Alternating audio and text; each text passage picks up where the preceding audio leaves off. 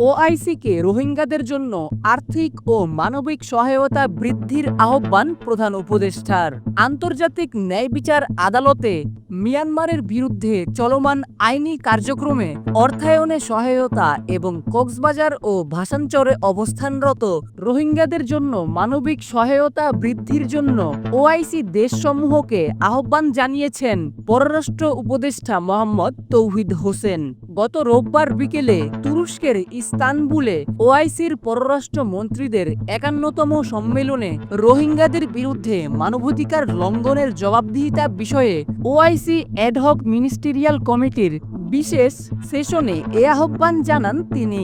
অপর্যাপ্ত তহবিলের অভাবে কক্সবাজার ও ভাসানচরে অবস্থানরত রোহিঙ্গাদের মানবিক সহায়তাও ব্যাহত হয়েছে।